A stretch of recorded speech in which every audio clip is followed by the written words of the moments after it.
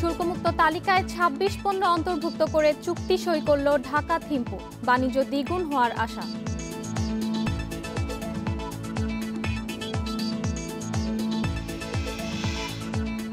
ঋণ বিতরণে বৈষম্য, পিছিয়ে ক্ষুদ্র ও মাঝারি শিল্প প্রতিষ্ঠান। প্রযুক্তিগত সহায়তা দেবে এফবিসিসিআই।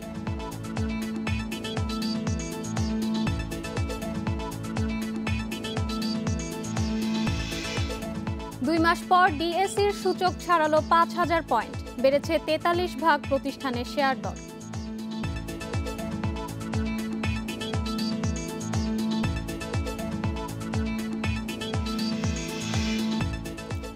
সামুদ্রিক মৎস্য আইন নিয়ে অসন্তুষ্ট ট্রলার মালিক ও ক্যাপ্টেনরা। বাণিজ্যিক জাহাজে মাছ ধরা বন্ধ।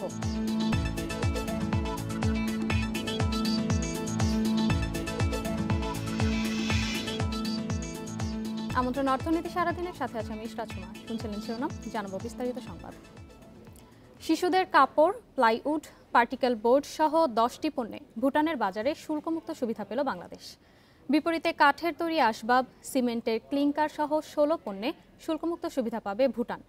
দুদেশের মধ্যে স্বাক্ষরিত অগ্রাধিকারমূলক বাণিজ্য চুক্তি পিটিএ এর আওতায় এসব সুবিধা থাকছে। এতে আগামী 5 বছরে দুদেশের মধ্যে বাণিজ্য দ্বিগুণ হবে আশা বাণিজ্যমন্ত্রী টিপু মুনশির। বাংলাদেশকে স্বাধীন দেশ হিসেবে প্রথম স্বীকৃতি দেয় ভুটান। এই স্বীকৃতির দিনেই দেশটির সঙ্গে প্রথম অগ্রাধিকারমূলক বাণিজ্য চুক্তি পিটিএ করল ঢাকা। স্বাধীনতার গত 5 দশকে জোরদার হয়েছে দুদেশের সম্পর্ক। বিভিন্ন সময় নেওয়া পদক্ষেপে বাংলাদেশের 90টি পণ্য শুল্কমুক্ত সুবিধা পায় দেশটিতে। এর সঙ্গে যুক্ত হলো আরও 10টি পণ্য। বিপরীতে 18 ভুটানি পণ্যের সঙ্গে শুল্কমুক্ত সুবিধায় যোগ হলো আরও 16টি। সব মিলিয়ে 134 পণ্য অন্তর্ভুক্ত হলো দুদেশের পিটিএতে। ভুটানের অর্থনীতি ছোট, বাণিজ্য আমাদের জাতীয় উন্নয়নের অন্যতম হাতিয়ার। আমরা রপ্তানি পণ্য বহুমুখীকরণ করতে চাই। এই চুক্তি আমাদের সেই পথ প্রশস্ত করবে। 2008-09 অর্থ বছরে দুদেশের মধ্যে বাণিজ্যের পরিমাণ ছিল $13 কোটি। 2018-19 অর্থ বছরে যা দাঁড়ায় $58 কোটি। এর মধ্যে ভুটানে রপ্তানি হয় $7.5 কোটি পণ্য আর আমদানি হয় প্রায় $50 কোটি পণ্য। বাণিজ্যমন্ত্রী টিপু মুনশি বলেন, নতুন চুক্তির ফলে দুদেশের বাণিজ্য বাড়বে বছরে 15%। হিউজ পরিমাণ হোল্ডার স্টোর এগুলো আমরা ইম্পোর্ট করি এবং আমাদের মার্কেট খুলে যাওয়ার কারণে আমাদের অ্যাপারেল এবং অন্যান্য ইন্ডাস্ট্রিয়াল প্রোডাক্ট আমরা পাঠাতে পারবো। আমরা মনে করি এভরি ইয়ার অ্যাটলিস্ট 15% করে ইনক্রিজ হবে। By next 5-6 years it should be double. এইটা আমাদের আপাতত এক্সপেকটেশন। ভুটানের সঙ্গে পিটিএকে টেস্ট কেস হিসেবে দেখছে বাংলাদেশ। অগ্রাধিকারমূলক কিংবা মুক্ত বাণিজ্য চুক্তি করতে আরও অন্তত 1 ডজন দেশের সঙ্গে আলোচনা করছে ঢাকা। এটা একটা সিম্বলিক জেস্টার এবং এই পিটিএটা আইস ব্রেকিং। বাংলাদেশের বাইল্যাটারাল প্রেফারেন্সিয়াল ট্রেড এগ্রিমেন্ট অথবা এফটিএর ক্ষেত্রে আইস ব্রেকিং হলো এবং I think it will bring আরও এডিশনাল যেগুলো পেন্ডিং আছে এগুলোকে আরও বাস্তবায়নে একটা সহযোগী ভূমিকা রাখবে। বাণিজ্য মন্ত্রণালয় জানায়, সম্ভাবনা বিবেচনায় দুদেশের আরও নতুন নতুন পণ্য পিটিএতে যুক্ত হবে। Ruhul Amin, independent news, Dhaka. এ বিষয়ে আলোচনা করতে আমাদের সাথে যুক্ত হচ্ছেন এফবিসিসিআই এর সহ সভাপতি সিদ্দিকুর রহমান। জনাব সিদ্দিকুর রহমান, আপনাকে স্বাগত জানাচ্ছি আমাদের সংবাদে। প্রথমে আপনার কাছে জানতে চাই যে আমরা কিন্তু দেখলাম যে করোনার কারণে আমাদের আমদানি রপ্তানি দুটোই কিন্তু কমেছে। এই সময় ভুটানের সাথে চুক্তি আমাদের আমদানি রপ্তানি বাণিজ্যে কতটুকু এবং কেমন প্রভাব পড়বে বলে মনে করছেন? ধন্যবাদ আপনাকে। করোনা সবসময় থাকবে না। ব্যবসা বাণিজ্য, অর্থনীতির চাকা, এটা কিন্তু চালিয়ে নিতে হবে। তা আমরা মনে করেন দীর্ঘদিন ধরে আমরা বলে আসতেছিলাম যে বিভিন্ন দেশের সাথে আমাদের এফটিএ করা প্রয়োজন। বিশেষ করে আমাদের এশিয়ান দেশগুলোর সাথে, অস্ট্রেলিয়ার সাথে, আমরা ইউরোপিয়ান ইউনিয়নে আমরা জিএসপি ফ্যাসিলিটিস পাই। সেই ইউরোপিয়ান ইউনিয়নের সাথে আমাদের জিএসপি ফ্যাসিলিটিস বন্ধ হয়ে যাবে 2024-2027-এ। তারপরে আমরা কি জিএসপি প্লাস পাবো নাকি তাদের সাথে আমরা এফটিএ করতে পারবো, সেই সব জিনিসগুলো কিন্তু আমাদের করা দরকার। ইভেন আমেরিকার সাথে, নর্থ আমেরিকার সাথে, সাউথ আমেরিকার সাথে আমাদের কিন্তু বিভিন্ন দেশের সাথে এফটিএ আমাদের করা উচিত। সেই জায়গায় সরকার বিভিন্ন দেশের সাথে আলাপ করেছিল। এর আগে শ্রীলঙ্কার সাথে আলাপ করে অনেক দূর এগিয়েছিল। সেখান থেকে আজকে ভুটান কিন্তু সর্বপ্রথম আমাদের দেশকে স্বীকৃতি দিয়েছিল স্বাধীনতার সময়। সেই সময় থেকেই তাদের সাথে আমাদের সম্পর্ক। ভুটান আপনি জানেন একটা খুব ছোট দেশ, তারা খুব শান্তিপ্রিয় দেশ। তারা কিন্তু ওইভাবে মানুষকে ওইখানে খুব বেশি মানুষ যাওয়া আসাও করে না এবং তারা খুব নিরীহ টাইপের একটা দেশ।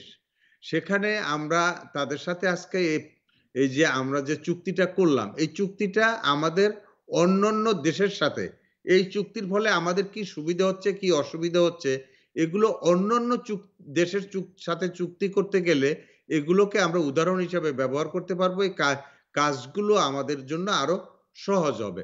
যেমন ভুটানে ফলমূল হয়, সিডস হয়, তারপরে বিভিন্ন রকমের শাকসবজি হয়, আমরা আনতে পারবো। আমাদের এখান থেকে ওদের এখান থেকে কাঠ আনতে পারবো। সবচেয়ে বড় একটা সুবিধা যদি আমরা নেগোসিয়েশন করে করতে পারি ইন্ডিয়াকে সাথে রেখে বা ইন্ডিয়ার সাথে কথা বলে, যে তাদের ওখান থেকে কিন্তু বিদ্যুৎ উৎপাদন করা, হাইড্রো পাওয়ার উৎপাদন করা খুব সহজ। সেই হাইড্রো পাওয়ার উৎপাদন করতে পারলে তার কস্ট কিন্তু অনেক কম। আমরা জানি যে আমাদের আমাদের দেশে যে কর্ণফুলীতে একটা হাইড্রো পাওয়ার ছিল, সেটা কিন্তু কস্ট কিন্তু অনেক কম ছিল। তো সেই জন্য আমরা মনে করি যে এইটা আমাদের দেশের জন্য একটা মাইলফলক এবং তাদের আমাদের যে স্বীকৃতি দিয়েছিল সেই স্বীকৃতির আজকে সম্ভবত 48 বছর 49 বছর। তো সেই দিনটিতে যে দিনে তারা স্বীকৃতি দিয়েছিল সেই দিনটিতেই আমরা আজকে কিন্তু তাদের সাথে এই সাইনটা করলাম। তো এখানে আমরা মনে করি তারা একটা আবেদন জানিয়েছে যে আমাদের পোর্টগুলোকে তারা ব্যবহার করতে চায়। তো সেই পোর্টগুলো ব্যবহার করতে চায় ল্যান্ড পোর্ট। এবং আরেকটি বিষয় জানতে চাই যে শুল্কমুক্ত সুবিধায় কিন্তু নতুন করে যে আজকে 10টি পণ্য যুক্ত হয়েছে, সেখানে কিন্তু পোশাক খাতের কিছু পণ্য আছে। তো এখন তো আমরা দেখছি বেশ কয়েক মাস ধরে পোশাক খাতে বেশ মন্দা যাচ্ছে। এই সুবিধাগুলো মন্দা কাটাতে কতটুকু সহায়তা করবে?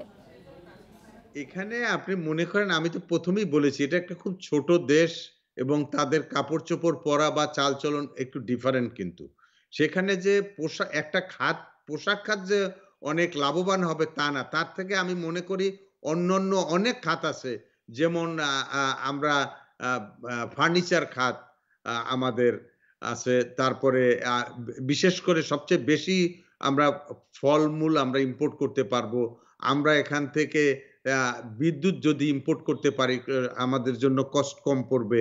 তো সেই সব জিনিসগুলো কিন্তু বেশি পাবে। আর পোশাক খাতেও আমরা মনে করি যে দিন দিন পোশাকের আপনার পরিবর্তন হচ্ছে, ডিজাইন পরিবর্তন হচ্ছে, তাদেরও লাইফস্টাইলের একটা পরিবর্তন নিশ্চয়ই আসবে এবং সেখানে আমরাও একটা সুবিধা অবশ্যই হয়তো পাবো, যেহেতু এটা বাংলাদেশও এই ক্ষেত্রে একটি সুবিধা পাবে, আমরা সেই আশাই করব। আপনাকে অসংখ্য ধন্যবাদ আমাদের সাথে যোগ দেওয়ার জন্য।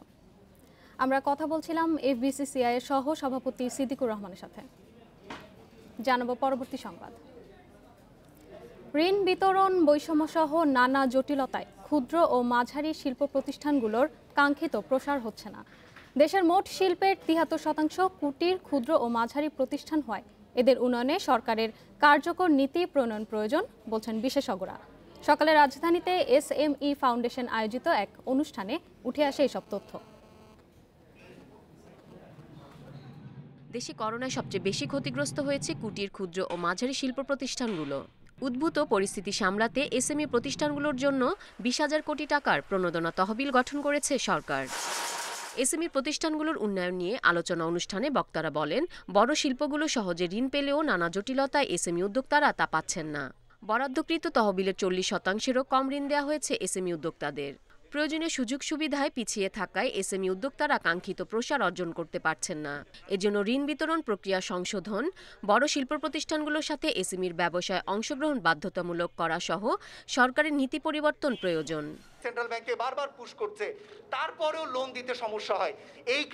এই ক্রাইটেরিয়া ওইটা নাই, তার এটা নাই, তাই সে এলিজেবল না, রিস্কি, এই সেই।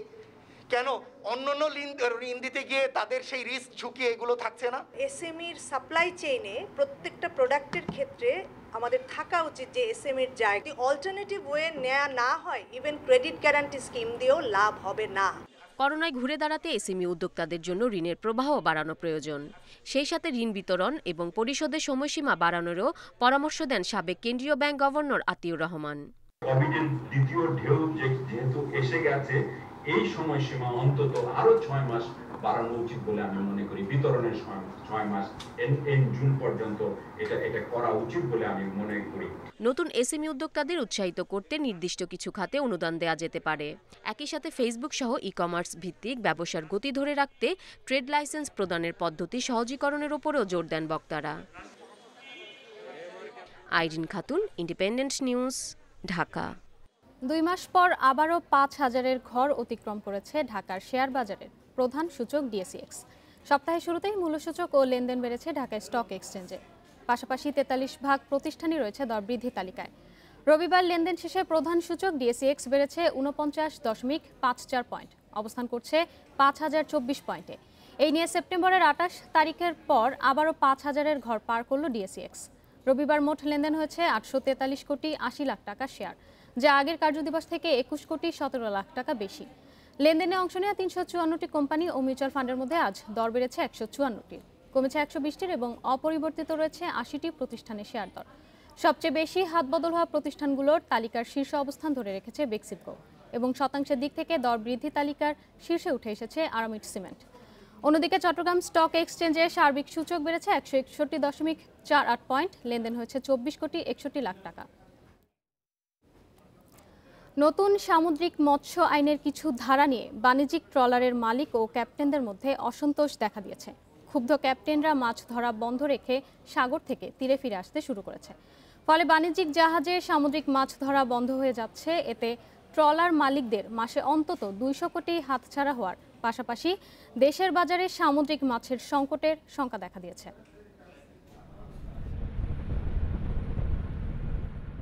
174টি বাণিজ্যিক ট্রলার বঙ্গোপসাগরে এখন মাছ ধরছে।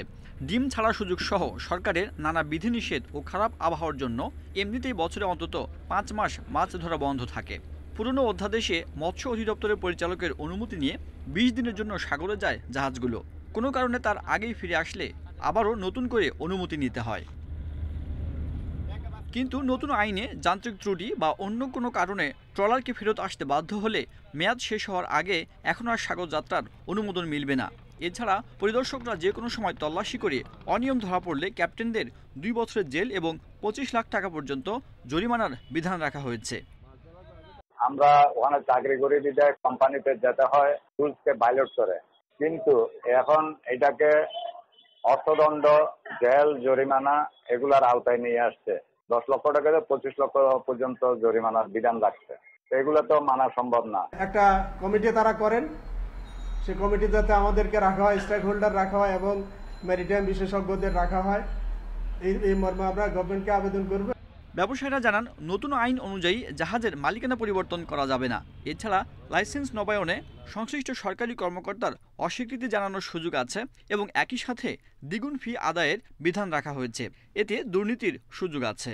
কিছু কিছু ধারা আছে যেগুলি ব্যবসায়ী বান্ধব না এবং ব্যবসায়ের সাথে সাংঘর্ষিক, ব্যবসায়ীদের সাথে এই আইন থাকলে আসলে ব্যবসা করা যাবে না, এগুলি যদি অ্যামেন্ডমেন্ট করা না হয়। তারা জানান, এই খাতে ব্যবসায়ীদের 4,000 কোটি টাকা বিনিয়োগ আছে। প্রত্যক্ষ ও পরোক্ষভাবে 8,000 মানুষ নির্ভরশীল। এসব বিবেচনায় মৎস্য আহরণে সুষ্ঠু ব্যবস্থাপনা নিশ্চিত করার দাবি ব্যবসায়ীদের। একই সঙ্গে তারা সাগরে মাছ ধরার সাথে জড়িত সকল পক্ষের সাথে আলোচনা করে মৎস্য আইনের সংশোধনের প্রস্তাব দেন। Sajjad Hossain, independent news, Dhaka. এই ছিল আজকের অর্থনীতি সারাদিনে। ইন্ডিপেন্ডেন্ট টেলিভিশনের সব খবর আরও জানতে চোখ রাখুন ফেসবুক, ইউটিউব এবং টুইটারে। আমন্ত্রণ আমাদের পরের আয়োজনে।